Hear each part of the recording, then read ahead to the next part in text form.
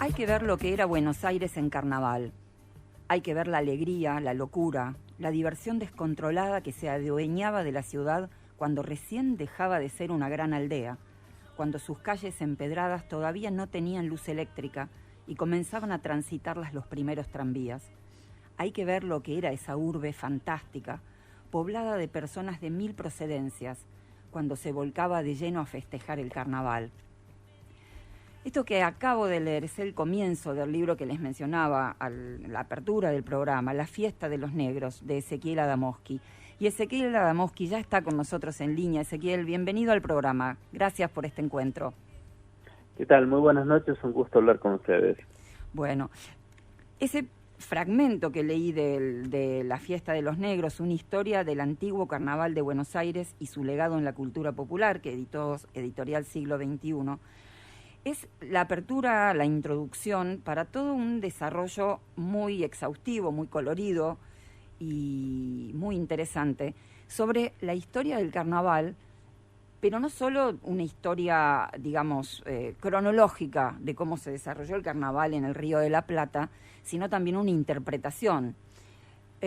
¿Por dónde empezaste esta historia? ¿Cómo se te ocurrió? ¿Por qué arrancaste por acá? Bueno, a mí como historiador hace ya muchos años que estoy embarcado en un proyecto que tiene que ver con entender una pregunta para mí fundamental para comprender la Argentina, que es la pregunta de cómo afectó en el desarrollo de nuestro país la heterogeneidad étnica y racial de la población, o para decirlo más sencillo, cómo afectó, sobre todo en nuestras clases populares, la diferencia de color de piel, de origen étnico, ¿no? Uh-huh. Yo ya dediqué varios trabajos a esta cuestión y sabía desde hace mucho tiempo que en el carnaval porteño, a finales del siglo XIX, habían convivido en el espacio de la fiesta, por un lado, una cantidad de comparsas de afrodescendientes, de afroporteños, que son las que colocaron el ritmo del candombe en el carnaval y con ello generaron una influencia muy grande en el desarrollo de la música popular en nuestro país, que convivían al mismo tiempo con comparsas de blancos que los imitaban, que se tiznaban el rostro, que también tocaban candombe, que a veces se vestían como ellos. Entonces este trabajo surge de la pregunta acerca de, bueno, ¿qué estaba pasando allí, no? ¿Qué pasaba con ese encuentro extraño entre negros y blancos que los imitaban? Inicialmente yo pensaba que a lo mejor eso tenía que ver con alguna expresión de parodia racista, digamos, como había sido en otros países, pero bueno, cuando encaré la investigación me di cuenta que ahí pasaban cosas mucho más profundas e interesantes que eso, y de allí surge, de esa pregunta surge, bueno, este libro que finalmente es una historia del carnaval en todas sus dimensiones, no solamente la dimensión racial o del color de piel, ¿no? Uh-huh. Hay algo que en esto que vos mencionabas del lugar de los negros en el festejo del carnaval y en esto de las comparsas de negros y también de blancos que se tiznaban la piel, que se vestían como negros, que tocaban ritmos que eran propios de las comunidades de la colectividad afro y afrodescendiente. Y vos mencionás algo que es una línea en todo el libro, me parece, que tiene que ver con esto de, vos lo mencionás como la construcción de un nosotros popular, ¿no?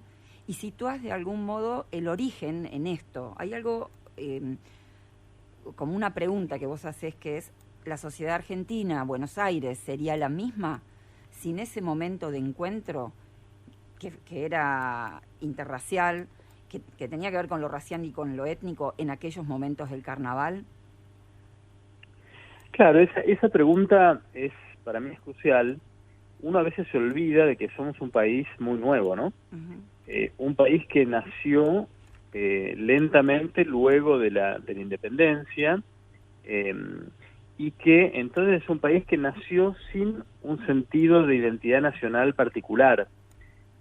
Cuando uno se para, no sé, en 1810, cuando fue la Revolución de Mayo, la sociedad argentina, y en Buenos Aires era lo mismo, no era una sociedad que tuviese un vínculo de identidad compartido entre las personas. Claro, una Más bien, al contrario, en esa época las personas estaban divididas en castas, de acuerdo a su origen étnico-racial. Cada casta tenía derechos y obligaciones diferentes. No había un sentido de identidad nacional así, en 1810. Eso se fue construyendo muy lentamente luego de la independencia, y la característica particular que tiene nuestro país, y Buenos Aires más que el resto, es que apenas estaba empezando a armar un Estado nacional, que esto sucedió recién a partir de la década de 1870, que se organizó realmente el país. Apenas se estaba empezando a armar cuando llegó una oleada gigantesca de inmigrantes. Claro. Argentina fue el país que más inmigrantes recibió del mundo en relación como proporción de la población que ya había, y Buenos Aires fue el lugar que más inmigración recibió, ¿no?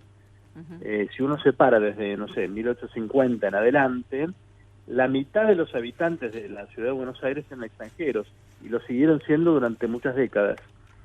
Eso quiere decir que todos esos recién llegados no tenían una identidad argentina, tenían más bien la identidad de sus países de origen, y además llegaban a un país que tampoco había desarrollado todavía una identidad nacional, ¿no? Todavía estaba pendiente la pregunta de qué significaba ser argentino, en qué consistía lo argentino, y para mí el carnaval fue uno de los ámbitos en los cuales comenzaron a tejerse esos lazos afectivos entre esa población tan heterogénea que venía de países muy diferentes, algunos de los cuales ni siquiera hablaban castellano, claro, que se encontraron en las calles, y la intensidad de esa fiesta y la masividad que tenía el carnaval en esa época colaboró muy poderosamente para generar un vínculo entre todas esas personas tan heterogéneas, ¿no? Entre blancos y negros, entre locales y extranjeros, también entre varones y mujeres, que es otra de las dimensiones del libro. Fue una ocasión bastante única para que empezara a desarrollarse un lazo afectivo que tiempo después iba a dar lugar a una identidad popular argentina, ¿no? Porque normalmente estamos acostumbrados a pensar que el gran aglutinador y el gran constructor de la identidad de Argentina, que fue además un debate propio de las primeras décadas del siglo XX, del siglo XIX, ¿no? Pero ya con del siglo XX, con la ley de educación obligatoria. O sea, siempre pensamos que fue esa ley lo que nos permitió construir una idea común de argentinidad, ¿no? Sí, la escuela... En fines del siglo XIX, como una manera de construcción, sí, de identidad, el lugar donde todos se educaban la en esa época. Fue fundamental, exacto, los rituales patrióticos, el servicio militar obligatorio también fue fundamental, claro. Pero todo eso llegó después, en verdad. Cuando uno se para en Buenos Aires, 1860, una enorme porción de las clases bajas todavía eran analfabetas, es decir, no habían ido a la escuela. El servicio militar iba a llegar mucho después. La escuela se empezó a extender recién con Sarmiento, y en verdad hubo que esperar unos cuantos años hasta que realmente la escuela llegó a la población, sobre todo de clase baja. Con lo cual hay todo un proceso anterior a estos efectos de la escuela, en los cuales la población porteña no tenía la ocasión de encontrarse en el ámbito escolar, no tenía la ocasión de encontrarse en el ámbito militar, como lo tendrían los jóvenes después. La política, sobre todo después de 1880, estaba en un ámbito bastante controlado por los de arriba, es decir, no en un ámbito realmente participativo. Con lo cual, el carnaval durante unos cuantos años fue, diría yo, uno de los pocos espacios para el encuentro de quienes eran diferentes, ¿no? Diferentes por etnicidad, por origen nacional, por color. En ese sentido, tuvo un papel bastante importante, y fue en el carnaval en el cual comenzaron a ensayarse, a probarse, a jugarse con la idea de qué cosa sería ser argentino. Por dar un solo ejemplo, nuestro país tiene como figura representativa, emblemática, el gaucho. El gaucho se convirtió en una figura emblemática argentina mucho antes de que los intelectuales o la escuela lo propusieran, y eso se generó en la cultura popular, y el carnaval fue fundamental. Los disfraces de gaucho, por ejemplo, aparecieron mucho antes de que el Estado argentino empezase a rendir un culto a la figura del gaucho, ¿no? Eso que tanto le molestaba a Borges, ¿no? Un disfraz carnavalesco, claro, que tanto molestó a Borges, al Borges más maduro. Sí, bueno, al Borges que sí. lamentaba que no hubiera sido el Facundo, sino el Martín Fierro, el poema nacional. Tal cual, tal cual. Sí, el espacio del carnaval, digamos, se anticipó a las políticas culturales del Estado argentino en unos cuantos años, y dejó una marca muy fuerte en la cultura popular que proyectó efectos durante todo el siglo XX, ¿no? Un poco compitió, por decirlo de alguna manera, generó contenidos culturales que compitieron con los que propuso la élite, las clases dirigentes, y que la escuela difundiría más tarde, ¿no? Ahora, vos mencionás en el libro esto de las máscaras y la presencia de la negritud en los carnavales, las máscaras de negros y de gauchos. ¿Por qué? Porque ahí también tenés una hipótesis de por qué estas dos figuras, que son dos de las figuras más populares y más resistidas también por las élites culturales y políticas, sin embargo, entraban por ahí. Ahora, es importante entender acá que el espacio del carnaval es un espacio de transgresión, ¿no? Es unos días en los cuales está permitido hacer y decir cosas que el resto del año no está prohibido, ¿no? Eso es el corazón de la fiesta, tanto en Argentina como en cualquier otro lugar. Estaría ¿no? bueno, si querés, Ezequiel, contar algunas de esas transgresiones que sucedían en la Buenos Aires de todavía de tiempos coloniales, ¿no? Y después incluso poscoloniales, porque ahí hay algunos relatos de cómo era el carnaval que es bastante increíble, ¿no? Claro, no sé si se conocía tanto los grados de libertad que había y de cruce. Eso sí, es muy notable, ¿no? Hay que ponerse un poco en esa época, una época en la cual los comportamientos de las personas estaban mucho más reglados, regulados, ¿no? Entonces, los sentidos de qué era moral o inmoral hacer, quién podía hablar con quién estaba por encima de quién, ¿no? En el carnaval había un espacio para desafiar todas esas reglas del orden social, ¿no? Una de las manifestaciones más visibles, lo que más divertía a la gente, era el juego del agua, que era la posibilidad de mojarse uno a otro, ¿no? Que es muy interesante porque por un lado es una forma de agresión, ¿no? Mojar a otro, atacarlo con agua, pero hay una especie de pacto en el carnaval que esa agresión está permitida. Y eso daba lugar, bueno, a que, por ejemplo, las personas de condición baja pudieran hacer una especie de venganza burlona mojando a las personas de condición alta. Eso permitía también algo que se ve desde muy temprano, ya desde 1810 en adelante, se nota que los negros se empiezan a atrever a mojar a los blancos en una época en la cual todavía hay esclavitud, ¿no? Claro, eso es interesantísimo, todavía eran esclavos. Hay un espacio, claro, el carnaval habilita un espacio de libertad que permite esos desafíos, y también, por supuesto, el carnaval permite desafiar la frontera o los límites entre varones y mujeres, cuál es la conducta apropiada en el vínculo entre varones y mujeres, y esto los documentos mencionan una y otra vez. Bueno, por un lado que los varones se volvían locos con la posibilidad de mojar a las mujeres y que los vestidos de tela fina en verano se les pegasen al cuerpo, claro. y se como vieran una las sensualidad curvas. que no era permitida, ¿no? Claro, era enormemente sensual la fiesta, pero también las mujeres encontraban esa libertad enormemente atractiva porque, bueno, se podían poner una máscara y el anonimato les daba entonces una cierta impunidad para acercarse a los varones, para burlarse de ellos o para seducirlos. Todo esto abría como un espacio de libertad en el cual pasaban cosas extrañísimas, algunas de las cuales luego empujaban un poquito más la frontera de lo que se podía hacer en el tiempo normal, ¿no? Fuera de carnaval. A ver, eso que estás diciendo ahora me dan ganas de ir como en dos direcciones al mismo tiempo. Voy a elegir primero por esto de, vos cuando contás esto del encuentro, de la mezcla, de la transgresión, que por otra parte es como es el modo en que entendemos desde la sociología de la cultura y desde la historia de la cultura el carnaval, ¿no? Estamos acostumbrados a pensar en el carnaval medieval sobre todo.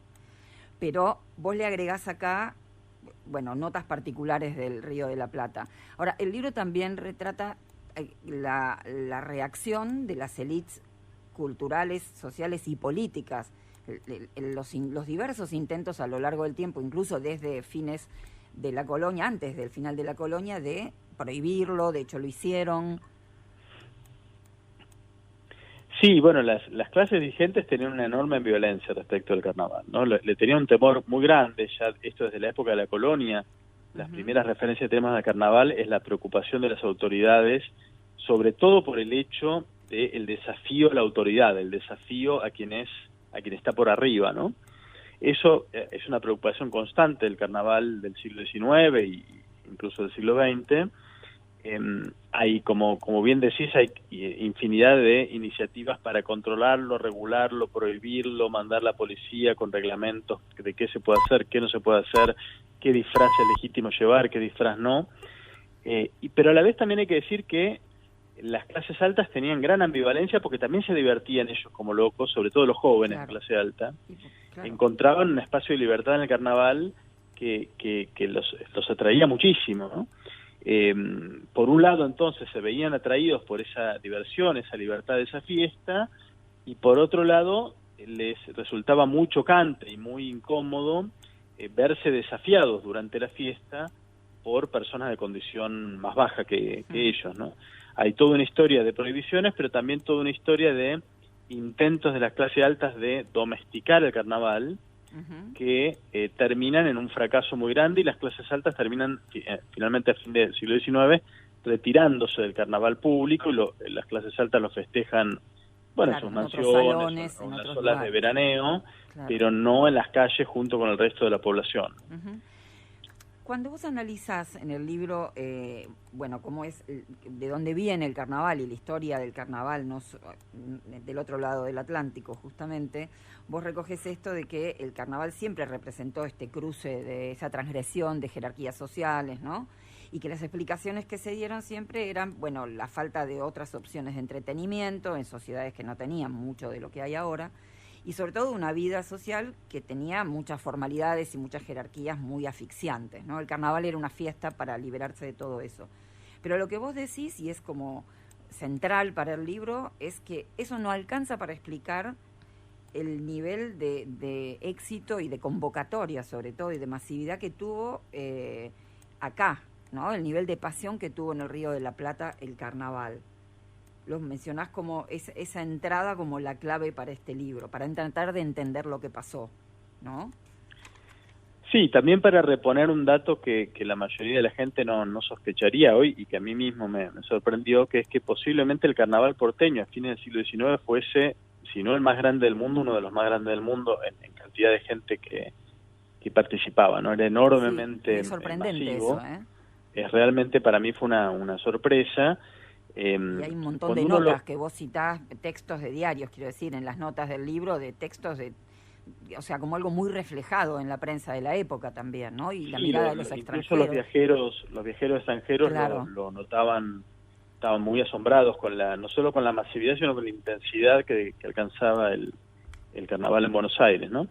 Y para mí, una de las claves para entender esto tiene que ver con la heterogeneidad de esta ciudad, ¿no? Posiblemente no hubiese una ciudad tan heterogénea como Buenos Aires a fines del siglo XIX en otros lugares, ¿no? Una ciudad entonces que había visto multiplicarse por más de 10 veces su población en muy pocos años, en la que la mitad de los habitantes eran recién llegados, y en verdad la otra mitad, buena parte de la otra mitad que eran nativos argentinos, eran hijos de inmigrantes, ¿no? Gente que venía de todas procedencias, con una presencia en esa época afrodescendiente muy fuerte también, es decir, una sociedad enormemente heterogénea en un país que recién se estaba armando, y esta posibilidad que ofrecía el carnaval de tramitar esas diferencias, ¿no? A través de esta clave de la agresión lúdica, ¿no? Agredirse uno a otro en clave lúdica, en clave juguetona, mojarse uno al otro, que permite, por un lado, liberar tensiones agrediendo al diferente, pero al mismo tiempo construye lazo social, ¿no? Porque cuando uno permite a otro, ¿no? Uno le da autorización a otro a faltarle el respeto, una falta de respeto autorizada, ¿no? Claro. Eso construye lazo social, ¿no? Se crea una especie de intimidad entre esas dos personas que es muy fuerte y muy poderosa, ¿no? Me parece que una de las claves para entender la masividad del carnaval porteño era que efectivamente era una sociedad muy cruzada por diferencias de todo tipo, muy heterogénea, y el carnaval era una máquina muy efectiva para tramitar esas diferencias. Uh-huh. Vos decís en un momento, bueno, siempre se dice que el carnaval es esa figura tan clásica de pensarlo como válvula de escape, ¿no? Que finalmente pareciera ser una fiesta que interpela y que resiste de algún modo el statu quo, el sistema político y el sistema de las élites, las leyes o las normas culturales de las élites, pero que finalmente no pasa nada, ¿no? Hay una manera de pensar el carnaval, y vos lo recogés en el libro, como tantas otras cosas que tienen que ver con lo popular, como válvulas de escape que sirven solo para eso, para que no explote la desigualdad, para que no exploten las diferencias de jerarquía, etcétera. Pero es muy importante esta entrada que vos le das sin pecar de ingenuidad en eso, darle mucho valor a esa posibilidad de encuentro que si no hubiera habido, no hubiera existido, ¿no? Sí, esa es toda una discusión entre los estudiosos del carnaval a nivel internacional, ¿no? Aquellos que piensan que es una especie de recreo, ¿no? 3 días locos, claro, ¿no? Que permiten descansar un poquito y luego volver al orden habitual. Un poco como la canción de Serrat, ¿no? Fiesta. Claro, tal cual. Y los que piensan lo contrario, que el carnaval tenía una potencia subversiva muy grande, y de hecho hay muchos casos documentados de rebeliones que empiezan en carnaval, ¿no? Donde el juego de desafiar la autoridad pasa de ser juego a ser un desafío real, y toda una historia además de la preocupación enorme de las autoridades por prohibirlo, limitarlo y regularlo, ¿no? Creo que el caso porteño muestra muy bien que tenía un aspecto subversivo muy presente, ¿no? El esfuerzo, la incomodidad de las autoridades respecto al carnaval en Buenos Aires es constante realmente, ¿no? Se nota con mucha claridad que lo veían como una amenaza, no como algo que los ayudase a apuntalar el orden social, más bien todo lo contrario, ¿no? Pero vos también marcás ahí como una ambivalencia, ¿no? Lo veían como una amenaza, a la vez lo veían como, sobre todo, si no entendí mal yo, después de la prohibición del periodo rosista, y ya sobre el final del siglo XIX con la Argentina liberal, hubo ahí un volver al carnaval como esto que mencionabas antes. Bueno, por un lado vos decís para congraciarse con los sectores populares, ¿no? Y también con el intento de domesticarlo, pero de que volviera el carnaval. Claro, sí, ahí cuando hubo un episodio que es que entre la lista amplia de prohibiciones de carnaval, quizás la más larga fue la de la época de Rosas, ¿no? Sí. Rosas en 1844 prohibió el carnaval y durante 10 años en Buenos Aires no se festejó, y cuando Rosas fue derrotado y un nuevo plantel político ocupó la política porteña, vieron en la rehabilitación del carnaval una especie de oportunidad para mostrarse, digamos, con un carácter popular, disputarle al rosismo, claro, ¿no? La paternidad popular, sobre las clases populares, ¿no? Habilitar la fiesta, con la idea además de que la fiesta podía usarse para favorecer el proyecto político-cultural de esas élites, ¿no? Uh-huh. Hay algo que encontré en mi trabajo interesante, que es que en el año 1869, el primer año del gobierno de Sarmiento, hubo una especie de asalto al carnaval por parte de las élites que trataron de transformarlo en un carnaval de estilo europeo, ¿no? Uh-huh. Copiaron el modelo del corso de Roma, en Buenos Aires no había corso en ese momento, se jugaba en las calles, cada uno como quería, no había un lugar central del carnaval. Copiaron el modelo italiano, fundaron un corso, prohibieron el juego del agua y durante algunos años trataron, digamos, de convertir el carnaval en una especie de muestrario de costumbres europeas, parte de ese proceso o ese intento de europeizar las costumbres locales, y quitarle al carnaval ese aspecto más revulsivo, más plebeyo que tenía. Eso fue un intento entonces muy visible y muy fuerte. Lo que yo pude encontrar en mi trabajo es que luego de 2-3 años ese intento empezó a derrumbarse y las clases populares retomaron el control de la fiesta a tal punto que las clases altas terminaron retirándose claro. del festejo, ¿no? Estoy pensando casi así como que ahí Plata. se mostraba un poco los límites de la hegemonía cultural de las élites de entonces sobre el pueblo, ¿no? Claro, como eso terminaba, ellos se retiraban y el pueblo seguía con su propia expresión y con la construcción de ese espacio de encuentro cultural y social, ¿no? Exactamente, claro.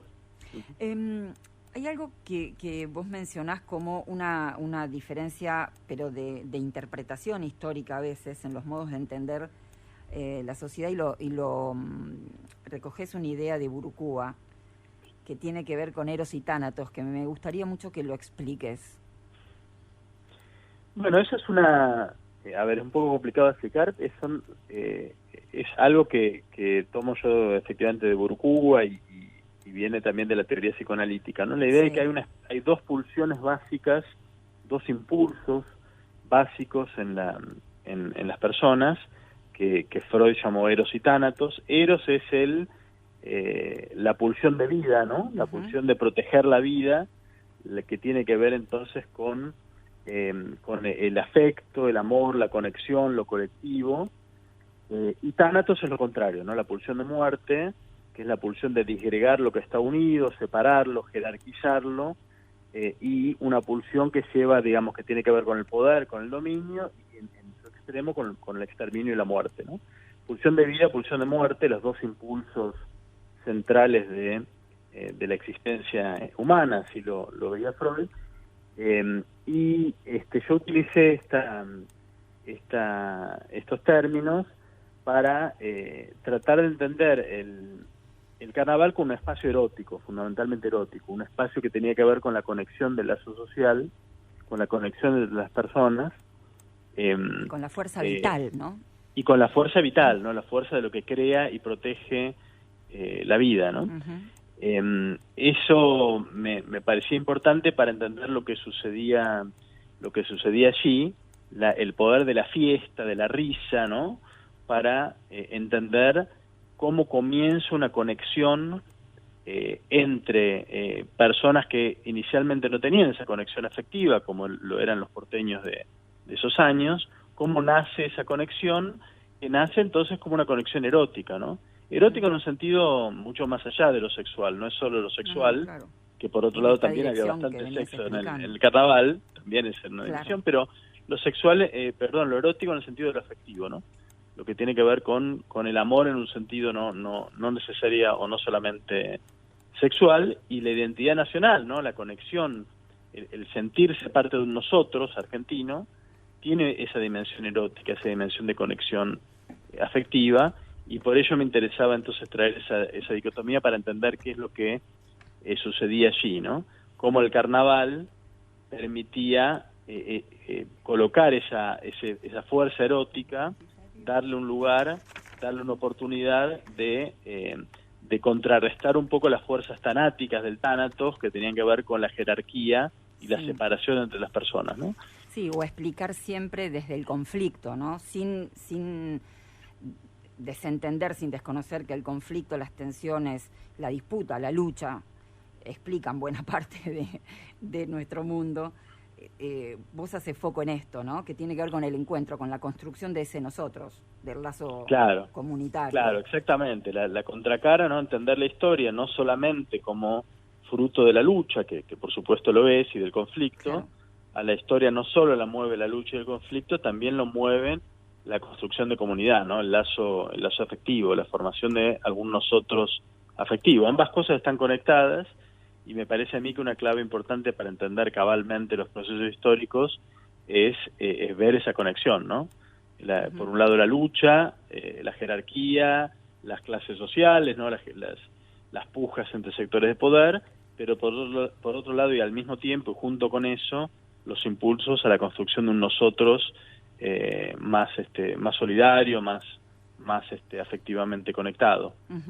Me gustaría, si me das un minuto o menos de un minuto, leer otro fragmento del libro que me gusta mucho y me gustaría escucharte sobre eso. ¿podemos estar seguros de que Buenos Aires sería igual si no hubiese gozado durante décadas de ese espacio de libertad y transgresión, ese espacio del carnaval, ¿no? ¿Serían iguales las relaciones entre blancos y negros si las afroporteñas no se hubieran animado a mojar a los blancos o si algunas blancas no se hubieran atrevido a acercarse a un negro en un baile de carnaval? ¿Sería igual el país si los afroporteños no hubiesen aprovechado la ocasión para sacar su candombe a las calles y si muchos blancos no hubiesen aprendido a apreciar el sonido de sus tambores o incluso a tocarlos con ellos? Tiene que ver con esto de la fiesta también como construcción, ¿no? Claro, es que uno pierde de vista la velocidad con la que ocurrieron los cambios en esa época, ¿no? Uh-huh. Si uno se para en 1810, cuando es la Revolución de Mayo, en ese momento los cuerpos de los negros eran cuerpos tan despreciados que los blancos se sentían con derecho a raptarlos del África, venderlos como ganado en un mercado y tenerlos esclavizados el resto de su vida, ¿no? Esa es la situación en 1810. La revolución, con mucha velocidad, termina con algunos de los pilares de ese régimen, ¿no? Prohíbe el tráfico esclavista. Sí, la libertad de vientres. La libertad de vientres muy rápido y, bueno, el fin de la esclavitud formal demoró varias décadas más, claro, pero finalmente también llegó. En muy pocas décadas los afroporteños, los afroargentinos en general, pasaron de ser tratados como objetos de compra y venta a ser ciudadanos en muy pocos años. Eso fue una verdadera revolución, ¿no? No va de suyo que eso debiese pasar. De hecho, en otros países no pasó, o pasó... O demoró mucho más. Eso que pasó en pocos años, bueno, pasó gracias a, por un lado, los impulsos políticos que trajo la revolución, que fue una revolución social profundísima, los impulsos que tienen que ver con la política. También pasó porque hubo todo un trabajo de los propios afroporteños para colocar su cultura como parte de la nación. Acá hay un camino que abre el carnaval que es muy interesante, que es que si uno ve las crónicas de, no sé, la década de 1840, la época de Rosas, está repleto de crónicas que hablan del sonido de los tambores que llegaba de las orillas de la ciudad y que los blancos de clase acomodada estaban muertos de miedo por ese sonido. Un sonido ominoso, un sonido que temían, que es el sonido del candombe, ¿no? Claro. El carnaval permitió que ese sonido, que antes los negros ejecutaban en lugares cerrados, en sus propios sitios, en las orillas de la ciudad, permitió que esa sonoridad no solo ocupe el centro de Buenos Aires, esto ya empieza a pasar en la década de 1870, sino que además animó a blancos de clase baja a hacer ese sonido propio, adoptarlo como un sonido, una de las sonoridades de lo popular, ¿no? Y fíjate entonces en qué pocos años la cultura que aportaron los afroporteños, una población que hasta hace poco era objeto de compra-venta, nada menos, ¿no? Esa sonoridad se convierte en uno de los sonidos del pueblo argentino.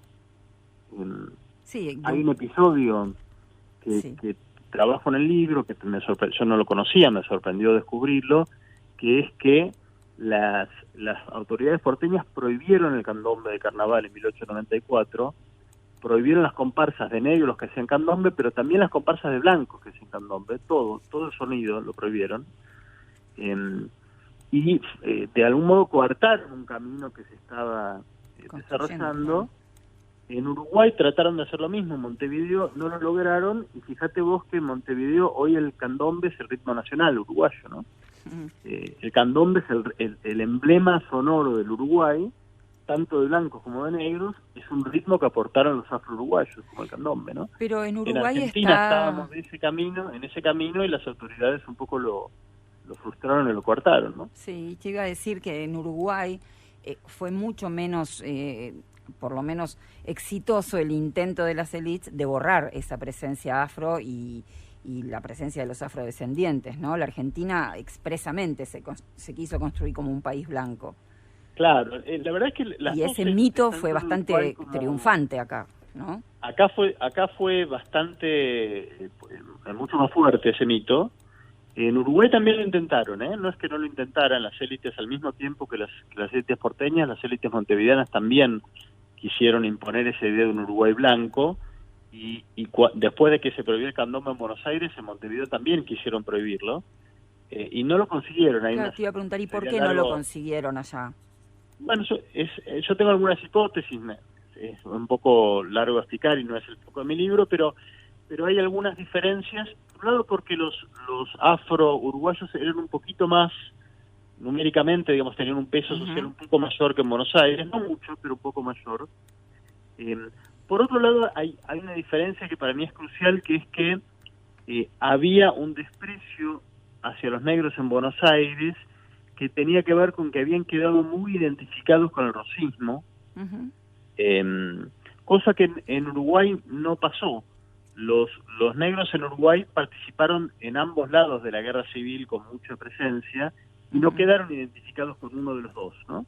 Entonces hubo un desprecio político menor hacia los negros en Brasil, en Uruguay,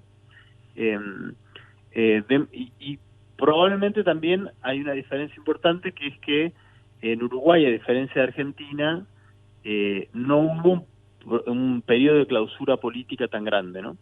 Claro. La guerra civil en Argentina y en Uruguay fue muy parecida, entre, unitarios y federales en Argentina, colorados y blancos en Uruguay, fue muy parecida, pero en Argentina concluyó con la victoria de los sectores liberales que aplastaron literalmente al federalismo, lo destruyeron en todo el país, mientras que en Uruguay la guerra civil se fue, digamos, debilitando lentamente y terminó en una alternancia de poder entre blancos y colorados, democrática, ¿no? Es decir, no hubo una facción que derrote completamente a la otra, con lo cual Uruguay siempre fue un país mucho más igualitario y democrático, se conservó como un país más igualitario y democrático que lo que fue la Argentina, que fue un país mucho más signado por el autoritarismo, por los golpes de Estado, por unas élites, también por esa perspectiva de lo liberal, ¿no? Claro. Que es también una interpretación de lo liberal. Claro. Ezequiel, vamos a ir terminando la entrevista y yo quería preguntarte, porque me parece muy importante, cuáles son los lazos que estableces, porque evidentemente están entre este estudio de la historia del carnaval con el presente, donde lo ves reflejado, en qué del presente aparece acá, qué formas de explicar quizás el presente. A mí me parece que hay una impronta muy fuerte que dejó el carnaval antiguo porteño en la cultura popular porteña y por el peso que tiene Buenos Aires en la cultura popular argentina, que tiene que ver con los límites que tuvo el proyecto político que promovieron las clases altas en nuestro país, ¿no? En nuestro país las clases altas promovieron un proyecto político cultural europeizador, y esta narrativa según la cual Argentina es un país blanco europeo, y yo cada vez más me convenzo que esa narrativa fue oficial, en el sentido de que fue patrocinada por el Estado, por la escuela, por las Fuerzas Armadas y demás, pero nunca llegó a ser hegemónica. Es decir, nunca tuvo un peso suficiente como para silenciar por completo lo otro, claro. Y me parece a mí que en Argentina hay una potencia de las clases populares a la hora de presentar sus propias visiones acerca de qué es lo argentino y cómo es la Argentina, que reponen una y otra vez aquello que los discursos oficiales niegan, reponen una y otra vez la idea de que este es un país moreno, un país mucho más heterogéneo, un país más con sede quizás en lo criollo del interior más que en lo portuario europeo. Esto que se ha manifestado a lo largo del siglo XX muchas veces, para mí el carnaval porteño es uno de los primeros sitios en los cuales se forjó esa visión de lo argentino y lo popular, que gira más bien en torno de lo mezclado, de esa sonoridad candombera que traía memorias de lo negro, o esa figura del gaucho que traía memorias de lo criollo, lo indígena y lo mestizo, que funcionaron como figuras alternativas de lo argentino, que competían un poco con las que proponían las élites. En el discurso oficial.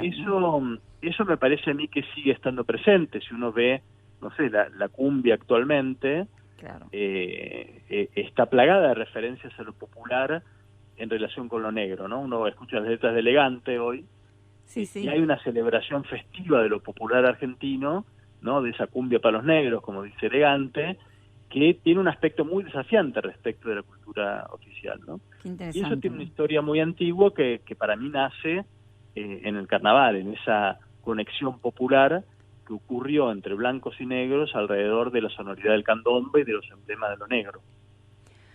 La fiesta de los negros, una historia del antiguo carnaval de Buenos Aires y su legado en la cultura popular.